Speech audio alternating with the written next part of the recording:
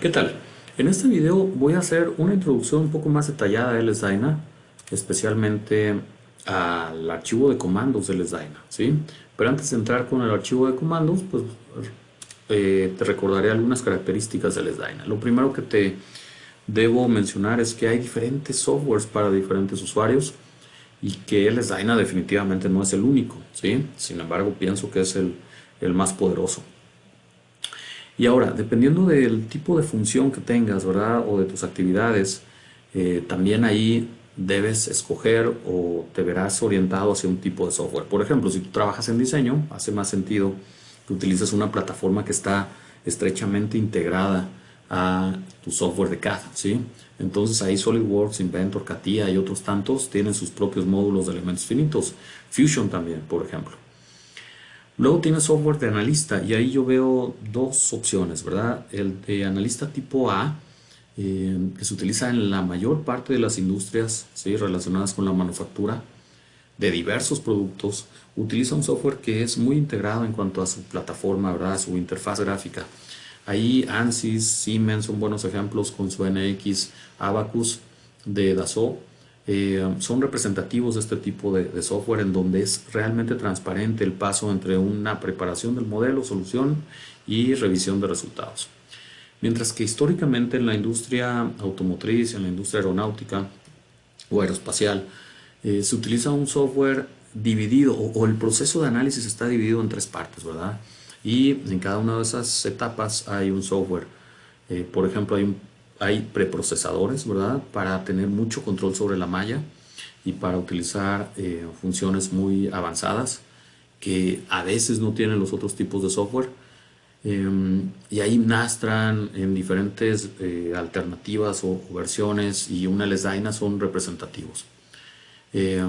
Entonces, pues dependiendo de en dónde estés trabajando, en qué tipo de función, pero también en qué industria, es probable que te decantes hacia un tipo de software o de solucionador de elementos finitos, como los que hemos estado describiendo. ¿Por qué estamos hablando de LSDyna? Tanto LSDyna, ¿verdad? Sin duda es porque LSDyna tiene ciertas características que lo hacen, pues, lo hacen especial entre toda la gama de softwares o de solucionadores de elementos finitos. Para empezar, la gran parte o la mayoría de las empresas automotrices lo utilizan. Puede que no lo utilicen para hacer análisis implícitos, ¿verdad? Análisis de vibraciones, pero si esas empresas, por ejemplo, son proveedoras o son las mismas OEMs, ¿sí? O ensambladoras, les va a interesar toda la parte de seguridad, crashworthiness, y en ese caso es muy probable, ¿sí? No todas, pero la gran mayoría utilizan el LSDyna. Y esto tiene que ver con el segundo punto, debido a que los dummies y modelos del cuerpo humano son modelos de elementos finitos muy detallados, generalmente están desarrollados para LSDyna. Pero LSDyna también incluye dispositivos de seguridad pasiva, como bolsas de aire y cinturones de seguridad. O sea, hay comandos, ¿verdad? Hay modelos de material especialmente orientados eh, para hacer análisis de bolsas de aire y cinturones de seguridad. Por el momento, puedes encontrar dummies y barreras en la página de LSTC. Puedes encontrar una información que está ahí accesible, ¿verdad? Para que tú la bajes, la descargues. Y todavía puedes utilizar el Opt, que es un optimizador, y el Task, que es otro tipo de optimizador, ¿verdad?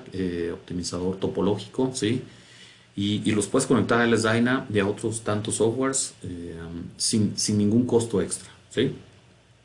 LSDyna en sí, el solucionador, incluye diferentes tipos de soluciones, como explícita, implícita, térmica, ALI, que es interacción fluido-estructura, electromagnéticos y CFD, que es CFD pero incompresible, y otros, ¿sí?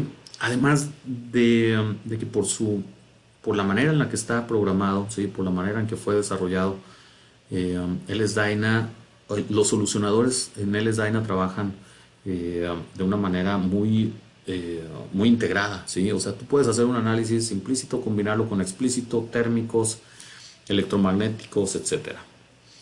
Y en cuanto a su costo, es una opción muy accesible en general entre los softwares comerciales, pero además todavía se vuelve más interesante para instituciones educativas y de investigación.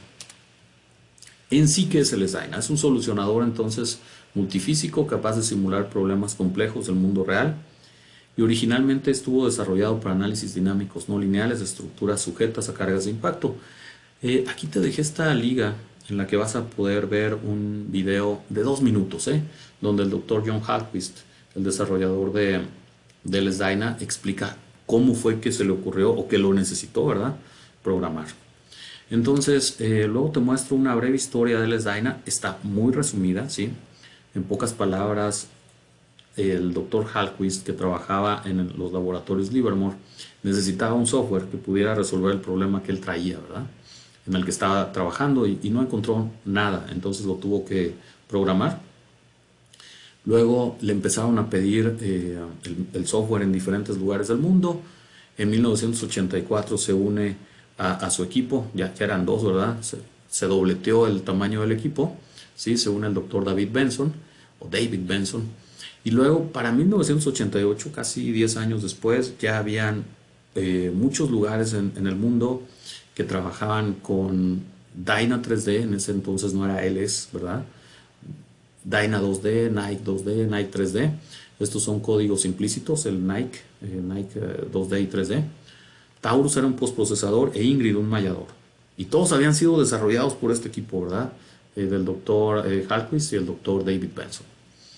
Para finales del 88, el STC fue fundado y en el 89, pues el doctor Hallquist ya deja el laboratorio para dedicarse completamente a desarrollar el SDAINA. 30 años después, ¿sí?, en el 2019, el STC fue adquirido por ANSYS y por eso es que ahora forma parte de la enorme suite de aplicaciones de ANSYS, ¿no? Algunas aplicaciones, bueno, aquí hay algunas únicamente: aeroespacial, conformado de lámina, desempeño de autos ante choques o crashworthiness y seguridad del ocupante, así como otras aplicaciones. Aquí te dejo algunos ejemplos. Por ejemplo, este de crashworthiness se me hizo extraordinario, ¿verdad? Si lees el artículo vas a ver que unos usuarios expertos del SDAINA en la compañía Dynalook vieron por ahí un video de un Lego, ¿verdad?, al cual se impactaba y se le tomaba video de cámara lenta. Entonces se les hizo que era un excelente reto para probar las capacidades del SDAINA. Entonces eso lo puedes encontrar aquí en esta liga. En el caso de ingeniería civil puedes ver que, por ejemplo, se hizo un estudio por la Universidad de Purdue para simular lo que sucedió en las Torres Gemelas, ¿sí? Entonces ahí puedes ver el avión impactando una de las torres. Este estudio de biomecánica pues fue realizado por un servidor, ¿sí? Aquí tenemos un stent en donde puedes ver cómo tiene el globo en medio que se va inflando, ¿sí?, y lo va deformando. Entonces eso te muestra las capacidades, ¿verdad? Para empezar, ese globo pues tiene un material especial, ¿sí? El metal que forma la malla, ¿sí?, que es el stent, pues también tiene un material elastoplástico. Entonces hay contacto, ¿verdad? Hay realmente grandes deformaciones. Bueno, todo tipo de no linealidades en este análisis. En el caso de estampado, que también forma parte de unos benchmarks que se realizan cada 2 o 4 años, no recuerdo, ¿sí?, que se llaman los NUMI Sheet. Aquí tienes uno de los problemas de ahí, ¿verdad? Entonces otra vez es estampado con todas las no linealidades posibles, ¿verdad? Material, contactos y grandes deformaciones. Y lo que hace a el SDAINA pues muy especial es esta visión de un modelo único que ya platicamos, ¿verdad? Todo tipo de soluciones que se pueden combinar en un solo modelo. Los productos del STC anteriormente, ahora pues ya forma parte de la familia de ANSYS, pero teníamos el SDAINA, el SPRIPOST, que lo vamos a estar utilizando durante el curso, el SOPT, que es un optimizador. Eventualmente haremos algún tutorial también utilizando el SOPT, y el STASC. Son optimizadores, y bueno, pues toda la gama de modelos, ¿verdad? Dummies y barreras con las que puedes simular impacto. Y este USA es un software muy especial, muy específico para explosiones por debajo del agua. El flujo del proceso de análisis que se sigue cuando uno utiliza el SDAINA es el que te decía, que utiliza el analista de la vieja guardia, ¿no? Tenemos preprocesamiento, solución y verificación, revisión de resultados. Y por el lado de preprocesamiento podemos utilizar cualquiera de estos softwares, y hay más, seguramente se me está pasando alguno por ahí, ¿sí? Todos ellos saben escribir el deck del SDyna, del cual vamos a hablar en la segunda parte de este video. Y a su vez hay un conjunto de softwares, de paquetes que saben leer los resultados del SDyna, ¿sí? Entonces aquí tienes todas estas opciones y todas ellas trabajan con el mismo solucionador. Bueno, si seguimos avanzando, para arrancar el SDyna, pues seguramente si has hecho alguno de los otros de los tutoriales que muestro en los videos anteriores, pues sabes que se utiliza run LSDyna, perdón, y esto lo obtienes en file run LSDyna. Esto nos ha facilitado muchísimo la vida, incluso puede que por ahí todavía encuentres videos donde muestran cómo mandaban a resolver el SDyna hace 5 o 10 años, quizás 5 años, ¿verdad? Donde cuando todavía no existía LSRun, bueno, pues sí había por ahí un LSDyna Manager, ¿sí? Que hacía más o menos lo mismo, pero era un poco más complicado, ¿verdad? Entonces aquí ya está muy integrada la fase de solución con la fase de preprocesamiento. Algunas características, bueno, pues tú escoges el número de procesadores, aquí cambias entre precisión sencilla y doble. Yo te recomiendo siempre activar esta ventana para que salga una ventanita negra ahí que te indica cómo va el proceso de solución. Cuando ya está todo listo le das a este botón de play, ¿sí? Y pues eso sería todo, ¿no? Los archivos. Si hiciste el tutorial del resorte, pues te vas a encontrar algo muy parecido en la ventana o en el directorio de trabajo, ¿sí? Y eso es lo que te voy a mostrar ahora, muy parecido a qué, ¿verdad? A esto, ¿sí? Aquí vas a encontrar bastantes archivos, al principio solamente estaba el modelo, ¿sí? Y después de resolverlo te va a salir un conjunto de archivos que se llaman muy parecido, ¿verdad? dtrplot. dtrplot1 en este caso es un modelo relativamente sencillo, entonces solamente se generó un hijito, ¿verdad? El dtrplot1. Pero se generan otros tantos archivos, ¿verdad? Este también es muy importante. Por ejemplo, el dtrplot es el que pediste cuando, si te fijaste, había un archivo database binary, ¿sí? dtrplot. Pero este es muy importante. Esa ventana negra que te comentaba te va a dar todos estos mensajes, ¿verdad? Que vamos a encontrar aquí. Se guarda siempre en el message, ¿sí? Entonces, todo esto corresponde a una solución en Windows. Si fuera Unix, cambiaría un poquito, ¿verdad? O Linux. Entonces aquí puedes ver cuál es el archivo que resolviste. Esto para propósitos de calidad y rastreabilidad es muy importante. Luego tenemos la versión del SDyna que estás utilizando, ¿sí? En mi caso es la versión académica. Y luego cómo va avanzando en el tiempo. Aquí me queda claro que es un análisis implícito. Recuerda que es el de los resortes, ¿sí?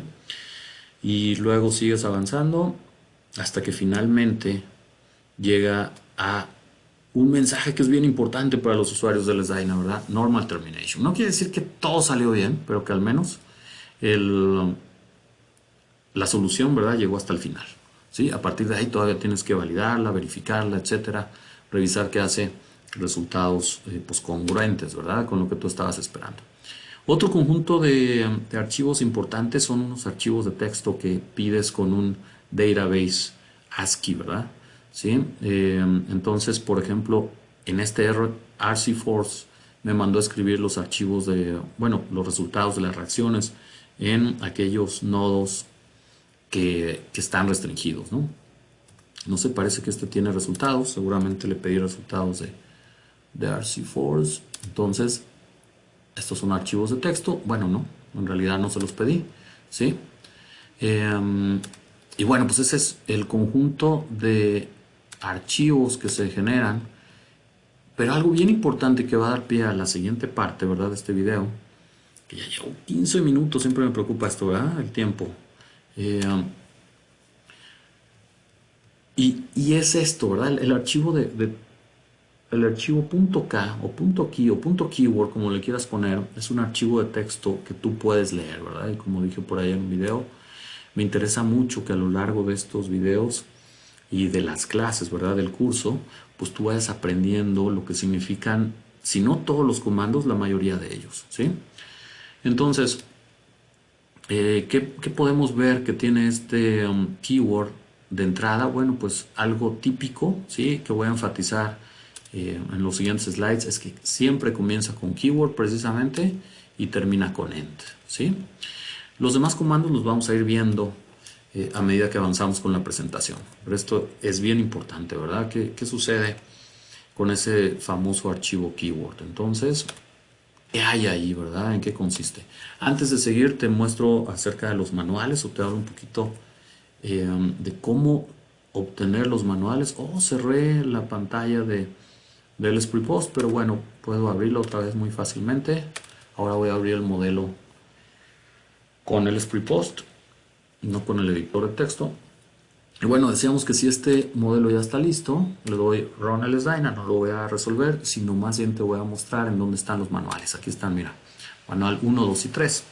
El manual 3 no lo voy a abrir, pero los manuales 1 y 2, ¿sí? Son tan importantes, pero más comúnmente utilizados, ¿verdad? El manual 1 incluye todos los comandos de LSDyna, a excepción de modelos de material, ¿sí? Todos los comandos que no tengan que ver con un análisis multifísico, sobre todo los comandos estructurales, ¿sí? Entonces, pues aquí puedes, es bien importante que te familiarices con los comandos de LSDyna, sobre todo con su manual.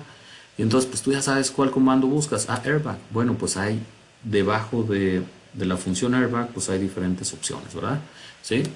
Algo que te dije que es bien importante, pues son los controles, ¿no? Por ejemplo, control accuracy, control implicit, etcétera, etcétera, ¿sí? En el caso de los resortes lo resolvimos implícitamente, entonces este control implicit fue muy importante en el caso de control implicit general, ¿verdad?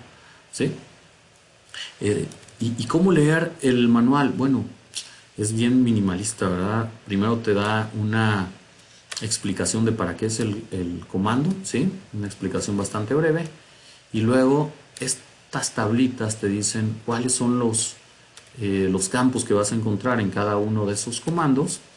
Y para entenderlos, me voy a regresar al Control Implicit General, ¿sí? Bajas un poco más y vas a encontrar que cada uno de estas claves o estos parámetros está escrito aquí abajo, ¿verdad? Por ejemplo, el EM flag nos permite convertir un análisis que normalmente sería explícito, que es la opción por default, en un modelo implícito. Tan fácil como cambiarlo en uno, ¿verdad? El 0 que viene por defecto. Y así vas a encontrar la descripción de la mayoría de los campos o de todos los campos que vienen en estas tablas que a su vez pertenecen a cada uno de los comandos o tarjetas, ¿verdad? Muy bien, regreso a la presentación y el último tema antes de entrar ya de lleno en el deck tiene que ver con las unidades. El LSDyna no tiene un sistema de unidades, no reconoce las unidades que tú metiste, simplemente las utiliza, ¿verdad? O más bien simplemente utiliza los datos que tú le metiste y piensa que esto es un sistema consistente. Bueno, ni siquiera piensa, ¿verdad? Los utiliza, insisto. Tú eres el que debes pensar si estas unidades son consistentes, es tu responsabilidad como usuario. ¿Consistentes con qué? Con la segunda ley de Newton, ¿sí? Debes tener fuerza es igual a masa por aceleración. Como esto no es tan sencillo, ¿verdad? Normalmente yo en cada análisis que he hecho en estos tantos años que he utilizado LSDyna, siempre reviso esta página, ¿verdad? Y especialmente esta tabla. Y aquí la manera de utilizar esta tabla es, normalmente es probable que tenga acero como una de los materiales de mi modelo. Entonces, si es así, voy a revisar cuál es la densidad del acero, que yo sé que son 7.830 kilogramos sobre metro cúbico, pero en los diferentes sistemas de unidades. Por ejemplo, en uno que utilizamos mucho, que trabaja con toneladas para la masa, milímetros para la longitud y segundos para el tiempo, en ese sistema de unidades la densidad del acero es 7.83 por 10 a la menos 9. El módulo de Young, que yo sé que son 200 gigapascales, en este sistema de unidades se mete en megapascales, así que van a ser 207.000 o 200.000, ¿sí? Otro sistema que se utiliza mucho es este de acá, ¿verdad? El de milímetros y milisegundos. Y en ese caso voy a tener 7.83 por 10 a la menos 6. Ah, me faltó decir kilogramos, milímetros, milisegundos. Ahí la densidad del acero, ¿sí? Es 7.83 por 10 a la menos 6 por los milisegundos, ¿sí? el módulo de Young es 2.07 o 207 y estos serían gigapascales, ¿sí? Y también puedes ver el valor de la gravedad, ¿sí? Y cuánto serían 35 millas por hora, ¿no? Solamente como para tenerlo de referencia. Bueno, entonces te recomiendo mucho, tal cual, ¿verdad? Vas a meter propiedades de material, ya viste en qué unidades está tu modelo, ¿sí? Milímetros en la mayoría de los casos. Entonces vienes y revisas cuál es el sistema consistente que vas a utilizar. Para Crash te recomiendo este, milímetros, milisegundos, kilogramos. Para el resto de los modelos, milímetros, segundos y toneladas te puede servir, ¿verdad? O se utiliza comúnmente. Entonces, en resumen, LS-DYNA es un software muy capaz, ha sido desarrollado en los pasados 40 años, ¿sí? Aquí vamos a estar trabajando con LS Prepost, pero se pueden utilizar otros pre y post procesadores. Y es responsabilidad tuya asegurar la validez de las entradas, incluyendo las unidades. Ahora sí vamos a meternos un poquito al deck, ¿verdad? ¿Sí? Lo primero que debes saber es que ese deck, ya lo vimos, es accesible para un usuario humano, ¿verdad? No solamente para el solucionador, ¿sí? Todos los comandos comienzan con asterisco. Seguramente te fijaste, pero ahorita mismo te lo recuerdo. Mira, todos los comandos, y así es como sabe el solucionador que ya acabó un comando, ¿verdad? Cuando empieza el nuevo asterisco, ¿sí? ¿Qué más? Algunas generalidades. Todos los archivos de LS-DYNA comienzan con keyword. A esto les llamamos las tarjetas, cada uno de estos comandos, ¿verdad? Yo voy a decir comandos, ¿sí? Pero seguramente en el manual vas a encontrar que dicen card, ¿no? Y luego vas a tener por ahí el asterisco end, que es el último comando de cualquier archivo de entrada, ¿sí? O deck. Bueno, algunas otras generalidades. A LS-DYNA, por cierto, no le interesa si escribes en mayúsculas o minúsculas, pero casi todos, y también el LS Prepost, iba a decir casi todos los preprocesadores ponen los comandos en mayúscula para que identifiques más rápidamente cuáles son los comandos que están ahí, dónde empiezan y dónde terminan, además del asterisco, ¿no? Las mayúsculas le ayudan al usuario, ¿sí? Mientras que los asteriscos son para el solucionador.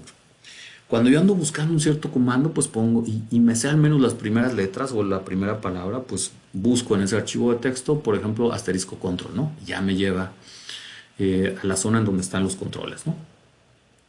¿Qué más puedes ver? LS Prepost, no sé si lo hacen otros preprocesadores, ¿sí?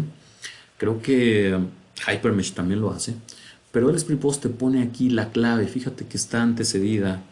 La clave son los nombres, ¿verdad? O sea, ¿cómo se llama cada campo de las tarjetas? Y va antecedido de un signo de dólar. Todos los signos de dólar se los salta, si están en la primera columna, se los salta el solucionador, ¿verdad? O sea, simplemente los ignora. Entonces, si en la tercera fila no hay un signo de dólar, quiere decir que esos valores sí los va a leer. Pero además hay una cierta estructura, ¿verdad? En cuanto a columnas. La mayoría de los comandos utiliza 10 columnas, ¿sí? ¿Qué son esas columnas? Pues los espacios, ¿verdad? Y bueno, esto viene del hecho de que LS-DYNA está programado en Fortran, entonces hay 80 columnas, ¿sí? Y la mayoría de los comandos utilizan 10 columnas, por lo cual vas a encontrar 8 campos, ¿sí? Por ejemplo, en Boundary SPC Node vas a encontrar el número de nodo, el sistema coordenado, luego le das la restricción en X, en Y, en Z. Aquí si hubiera unos, perdón, si hubiera ceros, quiere decir que está libre, pero como hay unos, eso me indica que el nodo 2274 está restringido en los 6 grados de libertad, ¿sí? Seguramente pertenece a un elemento shell, ¿verdad? Ahora, existe algo que se llama el formato fijo, ¿sí? Que es seguir precisamente esta estructura de columnas. Pero a veces cuando vamos a hacer un pequeño cambio, y te aseguro que si empiezas a utilizar constantemente o frecuentemente el LS-DYNA, va a haber un momento en que vas a decir, no, ¿para qué abro el preprocesador o el Prepost o lo que sea que utilices como preprocesador? Si yo ya sé lo que quiero cambiar, mejor me meto al archivo de texto y hago el cambio ahí, ¿verdad? Entonces a veces es un poco complicado o tedioso seguir este formato fijo, y para separar los campos de un comando o de una tarjeta, Bueno, pues puedo poner comas, ¿verdad? Y con eso ya no tengo que respetar las 10 columnas, ¿no? Ahí el solucionador entiende que este es uno de los campos, este es el segundo, tercero, etcétera, etcétera. ¿Sí? A eso le llamamos el formato libre. Esto ya te lo había dicho, los comandos no son sensibles a capitalización, ¿sí? El signo de dólar en la primera columna. Y finalmente llegamos a las tarjetas o comandos requeridos para un análisis. Ya te dije, keyword y end son indispensables. Pero adentro podríamos tener este otro conjunto de comandos que son básicos, ¿verdad? La geometría, ¿sí? Que ya sabes, a este nivel, ya cuando se va a mandar a solucionar, la geometría de CAD ya no tiene ningún uso. La, la geometría a la que me estoy refiriendo en este momento no son más que las coordenadas de los nodos. La conectividad le dice a LSDyna cómo están relacionados los elementos y los nodos. Este comando element es muy importante entonces, igual que todos los demás, ¿verdad? Las propiedades se las doy con asterisco mat. Y estos guiones bajos indican que hay una continuación de este comando, ¿verdad? Aquí en el caso de nodo, ¿no? Aunque también hay opciones para node, pero en la mayoría de los casos no se utilizan. El comportamiento del material se lo doy con section. La asignación de partes la hago con part. Me estoy saltando los asteriscos. Las restricciones con boundary, las cargas con load, los controles con control, ¿sí? Y los resultados con database. Esto es muy importante, ¿sí? Si tú no le pides archivos de resultados a LSDyna, no te los va a escribir, ¿sale? Lo mismo sucede en Nastran, por ejemplo. Los archivos de control son los que le dicen a LSDyna, uno básico, por ejemplo, vas a llegar hasta este tiempo, ¿sí? En el análisis, por ejemplo, control termination igual a 1, ¿no? Sí, aunque no es exactamente esa la sintaxis. Entonces, estos son los comandos básicos. Hay otro control que ya platicamos, muy importante, que le dice a LSDyna si va a ser implícito o explícito, pero si no lo pones, por defecto es explícito. Muy bien, decía que el node en general no tiene opciones, pero sí existen, ¿verdad? Si no le pongo opciones, lo único que necesita es un identificador de nodo, la coordenada en X. Fíjate que agarra dos conjuntos o dos series de columnas, ¿verdad? Con lo cual tienes 20 espacios para poder meter la coordenada así bien precisa, con muchos decimales en X, en Y y en Z. El, las columnas que serían 71 a 80 se llenarían con la identificación de las restricciones en traslación, que es algo interesante. A veces desde la definición del nodo yo le puedo decir si está restringido o no, ¿sí? Casi no se utiliza, o al menos yo casi no lo utilizo, ¿verdad? Pero a veces pues podrías hacer un macrito que te escribe los comandos, específicamente los nodos, y de una vez ahí los restringes, ¿no? Tanto en traslaciones como en rotaciones. Bueno, para más detalles, todo esto hay que ligarlo, obviamente, y de ahí lo tomé, de ahí tomé las tablas. Esto hay que referenciarlo al manual de LSDyna.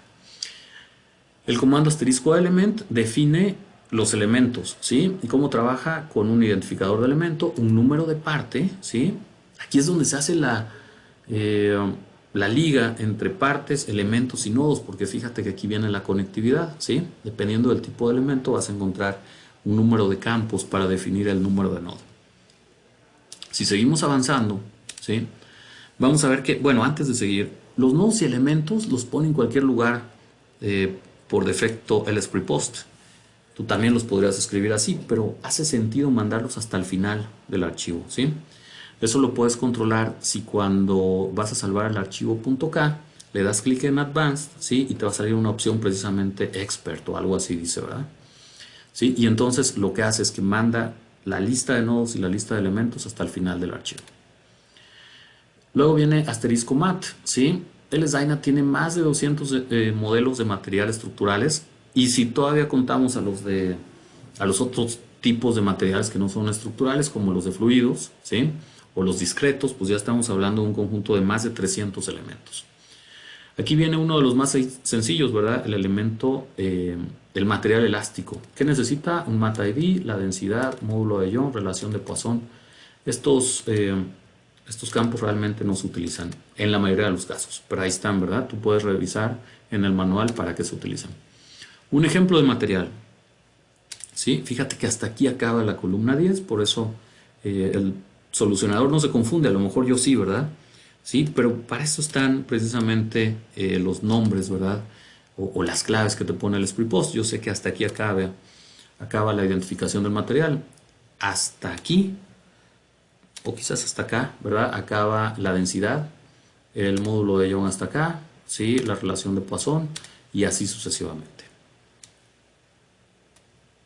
Luego tenemos asterisco section, eso le dice al solucionador cómo quiero que se comporten los elementos, ¿sí? No solamente le digo que sea una sección shell, sino que la formulación me permite utilizar la sección shell como un elemento 2D axisimétrico, de deformación plana o esfuerzo plano, ¿sí? O utilizar ese shell como realmente un elemento cascarón, ¿verdad? Que trabaja en 3 dimensiones. Luego viene asterisco part. Por cierto, no nada más hay shells, hay secciones sólidas, hay secciones vigas, hay secciones de varios tipos, ¿verdad? Luego, el asterisco part le dice al solucionador, hace esta conexión entre partes, elementos, ¿verdad? Materiales y tipo de sección. Entonces este comando pues también es muy importante porque aquí le doy un identificador de parte como lo hicimos ahí en los resortes, ¿verdad? Lo ligo con una sección, que la sección era la misma para los 3 resortes, pero los materiales eran distintos, ¿sí? Y ahorita te lo voy a mostrar. Entonces al final yo necesité definir 3 partes, ¿sí? Ahí está la parte 1, pues es el resorte 1, ¿verdad? O el elemento 1. Coincide una parte con un elemento en este caso. Luego, esa parte normalmente, y esto está muy ilustrativo, ¿verdad? Muy didáctico, como el Spray Post, no yo, ¿verdad? Sino como el Spray Post nos va mostrando la parte y la sección que utiliza y el material, ¿sí? Y entonces en ese orden va escribiendo las partes. Entonces la parte 2, yo le puse el título de elemento 2, tiene 2, 2 y 2 en sección en material, pero luego me los escribe, ¿sí? Y con eso bien fácil identifico que en el elemento 2 utilizo el material 2, que tiene una rigidez de 400 en lugar de la de 200 que tenía originalmente, ¿verdad? Y luego, como ya di de alta la sección, ya no la vuelvo a escribir porque la sección es la misma, está compartida por las 3 partes, ¿no? Así que ahí viene luego la lista de elementos, ¿sí? Como puedes ver, aquí no la mandó hasta el final porque luego vienen más comandos. Pero aquí no es grave porque son 3 nodos y 4 nodos y 3 elementos, ¿verdad? El problema es cuando tienes miles de nodos o cientos de miles y miles de elementos. Ahí sí hace mucho sentido lo que platicamos hace un momento. Ese fue part y luego seguimos a la organización de partes, que creo que ya estás entendiendo, pero para reafirmarlo, el nodo es llamado por el elemento. A su vez el elemento también define la parte a la que pertenece cada elemento. ¿Cómo sabe el elemento cómo está formado? O sea, la conectividad elemental, nodal. Bueno, la toma precisamente de la definición de nodos que hay en cada elemento. Luego, cada parte, ¿y cómo sabe cada elemento que pertenece a una parte? Bueno, pues porque ahí aparece PID, ¿no? ¿Cómo sabe la parte que tiene cierta sección o cierto material y la conexión entre ellos? Bueno, pues porque precisamente esa es la función del comando part. Y finalmente, ¿cómo sabe el solucionador cómo quiere el usuario que se comporte una sección? Pues con el comando section shell. Finalmente, con el material elastic o el tipo de material o el modelo de material, pues el solucionador ya tiene todos los ingredientes, ¿verdad? Para armar la sopa, ¿no? Ya tiene nodos, elementos, parte, sección y material. No solamente hay materiales, también hay ecuaciones de estado. Esto se utiliza, por ejemplo, en ciertos materiales muy especiales, ¿sí? Como los que se utilizan para las explosiones, para interacción fluido-estructura, ¿sí? Y luego, a nivel de parte, yo puedo controlar el hourglass, pero ahorita mismo no tiene tanto sentido que hablemos de esto. Otro comando importante, boundaries, ¿verdad? Impone movimientos o fijaciones en los nodos. Fíjate que la verdad es que no tienes que poner un boundary, pero en un solucionador implícito sí tendrías que hacerlo, ¿verdad? LSDyna por defecto es explícito, así que no necesita ni cargas ni condiciones de frontera para darte una solución. Aunque si no le pones boundary y no le pones loads, pues todo va a salir igual que al principio, ¿verdad? Entonces no va a haber ningún cambio en los resultados. Control termination, ¿sí? Le indica al software cuánto tiempo del problema quieres resolver. A veces este es un problema que dura, no sé, un choque, 50 milisegundos. Pero tú quieres ver solamente los primeros 5 milisegundos y ya luego quieres seguir avanzando y ver qué sucede después. O sea, estás probando el modelo. Ah, bueno, pues le puedes poner que únicamente quieres correr los primeros 5 milisegundos. Si estás trabajando en ese sistema de unidades, pues aquí pondría un 5, ¿verdad? Y cuando todo parece que está jalando bien, pues entonces ya puedo o hacer un restart o simplemente esta es poner 50 milisegundos y reiniciar el análisis. Decíamos, si yo no le pido a LSDyna resultados, no va a escribir nada. Entonces para eso sirve el Database Binary D3Plot, ¿sí? Y aquí puedes ver un ejemplo. Y aquí le están pidiendo, puede que esté relacionado con este análisis, ¿verdad? En donde si el tiempo de solución es 1, aquí le vas a pedir que te escriba como una foto, ¿verdad? Un gráfico cada 0.01 segundos. Es un estado de la simulación, más que una foto, ¿sí? Porque contiene toda la información de los resultados. Pero a mí así me gusta decirles, ¿no? Como si fueran nada más fotos. Bueno, en resumen, se describieron brevemente los requerimientos mínimos para que un archivo de entrada de LSDyna se resuelva exitosamente. En los siguientes capítulos se describirán más opciones y aumentará la complejidad de los archivos de entrada. Eso sería todo por este tutorial, ¿sí? Esta vez no vamos a resolver nada, solamente te quería mostrar en qué consiste un deck, al menos en sus comandos básicos y algunos otros conceptos que habíamos quizás obviado, ¿sí? En los videos anteriores. Espero que esto te sirva, que sigas aprendiendo LSDyna, ¿sí? Y que te metas al manual, ¿verdad? Y empieces a aprender cada vez más acerca de los comandos y de cómo utilizarlos. Bueno.